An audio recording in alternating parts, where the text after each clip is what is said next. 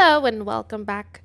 Today we'll be needing some essentials as a silicone mold, a cup with 1/4 of water, a spoon, and the most important ingredient is perfect casting. Perfect casting is our simulation for concrete that we will be using today. So in this process, I will be also tinting my water. I'm going to show you two different ways.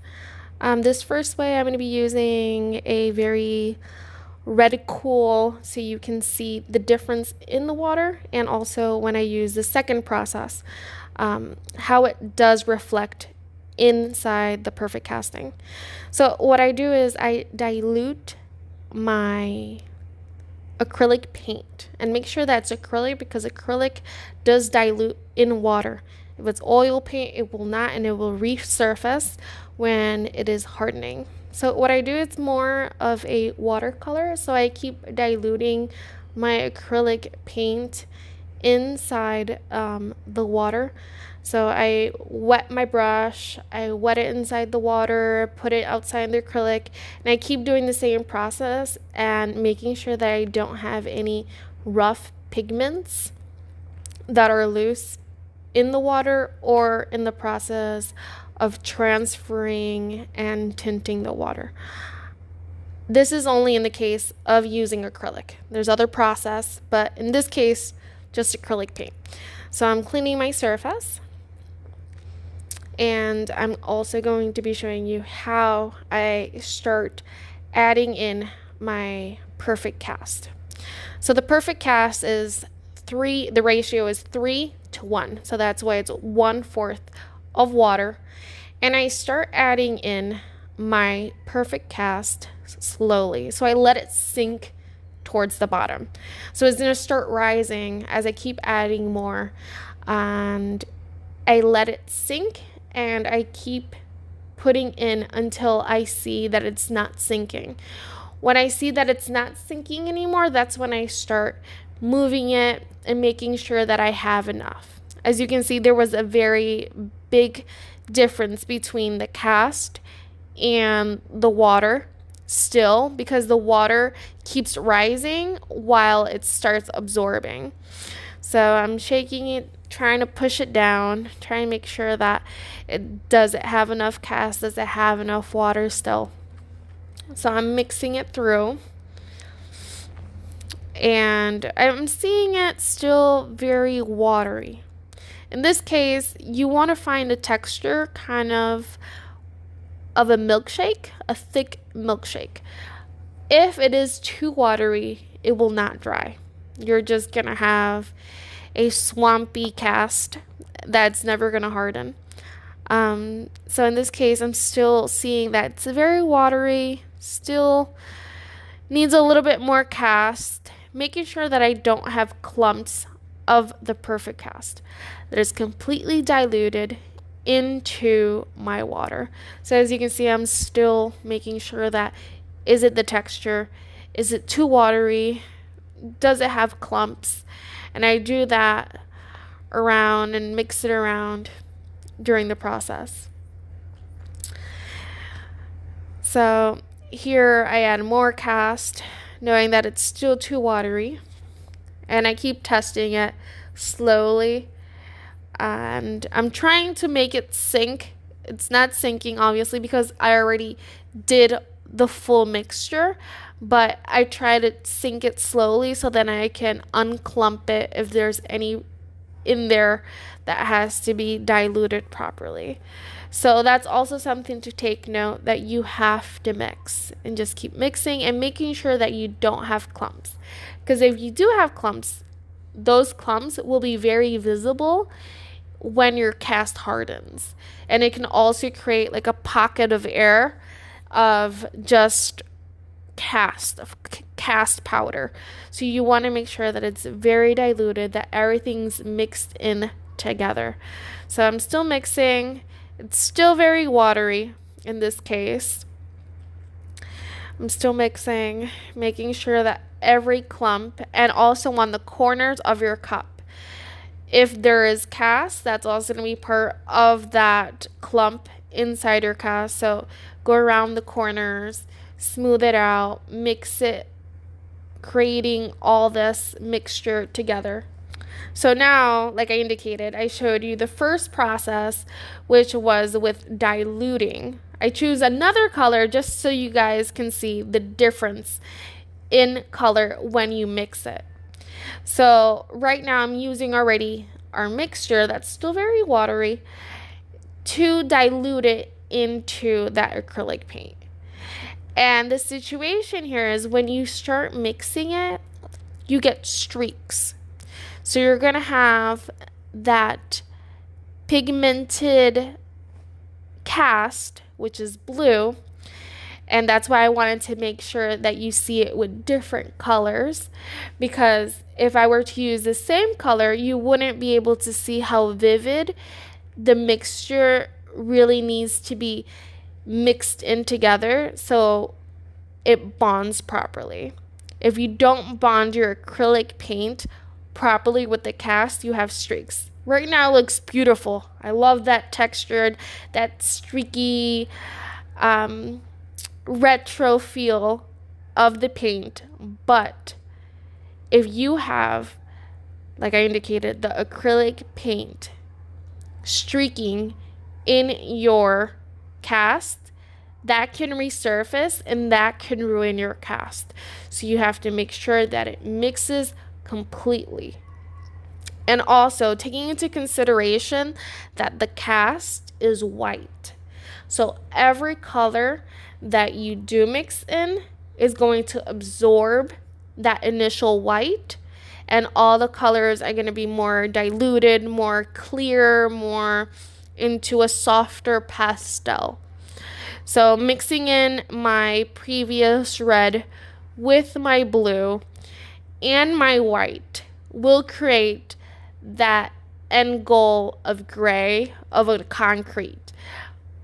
Also, you can start off with black. Same process. I just did this for an informational process so you can understand the difference in diluting with the cast or directly in the beginning as I did with the water. So I added more casting in because it was, like I indicated in the beginning, watery. So I'm mixing in, making sure that it's getting thicker. And you have to, when you add in more, you have to be very cautious if it's getting thicker. So you see it's still watery, still not as hard, and keep adding in enough so it can actually get hard in the time frame that the perfect cast stipulates. So I'm taking advantage of a little bit more blue and mixing in together. And I keep mixing, making sure that the color is diluted properly. Like I indicated, that's very important. Adding more cast in, making sure that it does harden once we finish. So here I got clumpy because I added 2 and I didn't mix in. But you can do that also, but make sure that you dilute everything and everything is mixed in properly. So I'm cleaning my surface just to have a better mixture surfacing. So mix everything together. Make sure that it gets thicker, that it gets like a thick milkshake. That's the consistency that we are looking for. You see there was a clump there. You break it out. Make sure that the powder opens up and remix it. Mixing, it's very important to mix. And it's very important to mix everything thoroughly. If you have any streaks of color, mix, mix, and mix. The whole process can possibly take you 10 minutes.